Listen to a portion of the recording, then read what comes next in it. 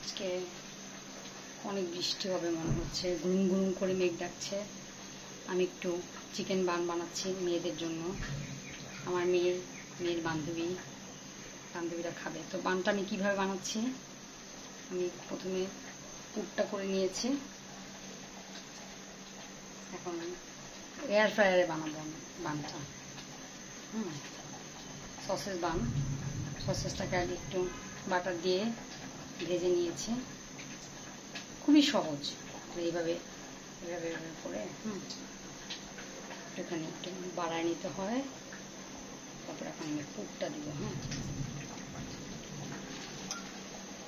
Cheese দিয়েছি, huge cheese and sausages. আমার জায়গা নেই, আমার বেশি ফ্রায়ারটা অত বড় না, তো চাইলে আমি এতগুলো দিতে পারি না, কিন্তু আমার তো ইচ্ছে করে একটা বড় ট্রেতে একবারে সব বানিয়ে ফেলি। খুবই ঝামেলা। এই জায়গাটা দেখছো পাতলা হয়ে যায়, তখন পাতলা হয়ে গেলে খুব বিপদ, ফেটে যায়। যখন ফুলতে শুরু করে তখন ফেটে যায় জিনিসটা। বানটা বানিয়ে আমি আবার একটু ডিমের কুসুম দিয়ে জিনিসটাকে সুন্দর করে শেপ করে দিব। রেডিশ একটা ভাব আসবে ডিমের কুসুমের জন্য।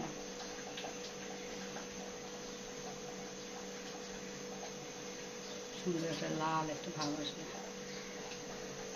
এবারে প্রত্যেকটা বান বানিয়ে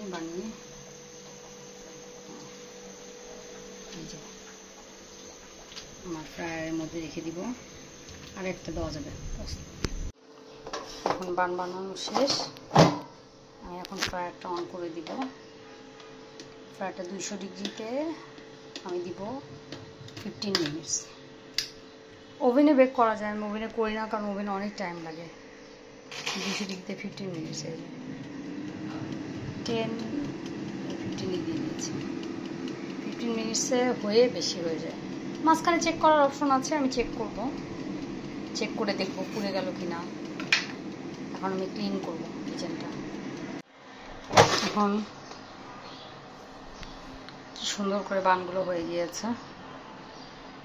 খেতে কেমন হবে এটা আমি আমার যারা খাবে গেস্ট তারা বলতে পারবে। বেসিক্যালি আমি বান বা কোনো স্ন্যাক খুব কম পছন্দ করি, কম খাই, কিন্তু বানাই মেয়ের জন্য, মেয়ের ফ্রেন্ডদের জন্য বা আমার গেস্টদের জন্য। তো আজকে 4টা বান বানালাম, সাথে একটা প্রোটিন সালাদ করেছি, ওইটা আমি খাবো। এনিওয়ে, খাওয়ার পরে অবশ্যই রিভিউ দিব।